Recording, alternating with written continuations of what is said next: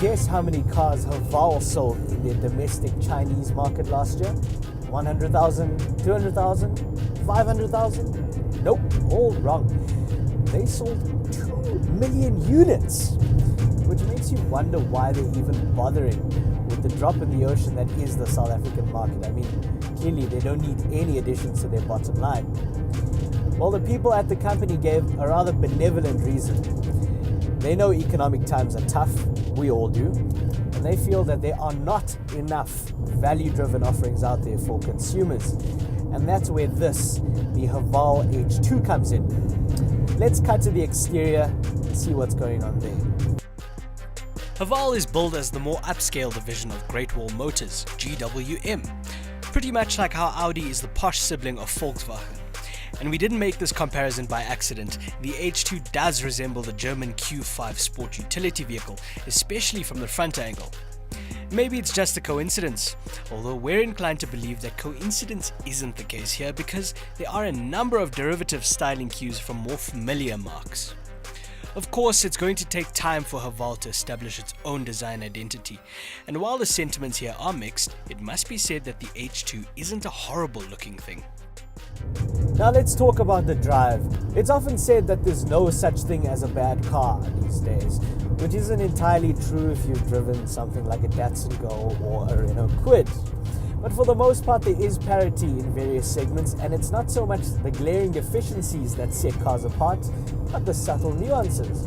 And it's much the same with this Haval H2. It's not bad by any stretch of the imagination. It's relatively refined, relatively quiet, and overall decent to pilot. Under the hood, we've got a 1.5 litre turbocharged engine, and that's not the sweetest part of this car. It's quite laggy, and when you put your foot down, a lot of noise, but not much more pace. That's disappointing. This 6-speed automatic transmission is good though. You can also have a 6-speed manual. Now we could talk about steering feedback and how dynamic it is and all the rest, but that doesn't really matter. This is an urban commuter. This is designed with families in mind. Sure, it doesn't feel as taut and cohesive as some of the rivals from established players, but looking at the price tag, you can overlook these shortcomings. We'll get to the price later. Another aspect of the Haval H2 is the interior. Let's stop and have a look.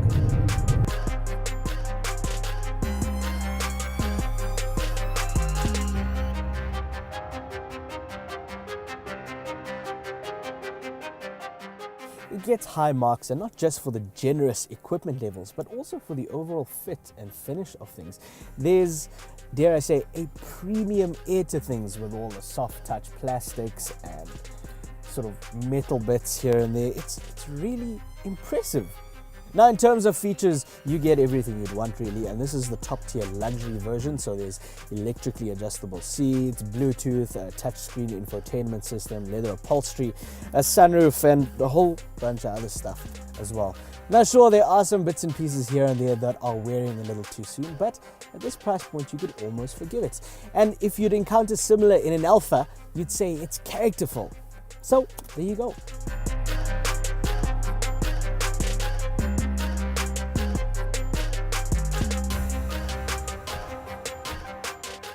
Now in summary, the Haval H2 is a good car, and with prices ranging from 244,000 Rand to 309,000 Rand for this range-topping model, it represents C-segment space for B-segment money.